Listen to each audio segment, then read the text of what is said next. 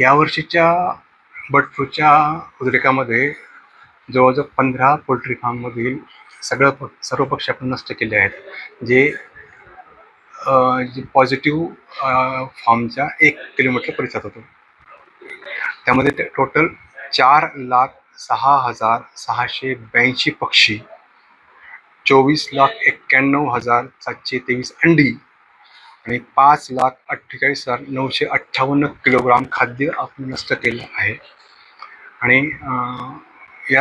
याचबरोबर अजून जे परसातली कोंबडी आहे त्याचं कलिंग बाकी आहे.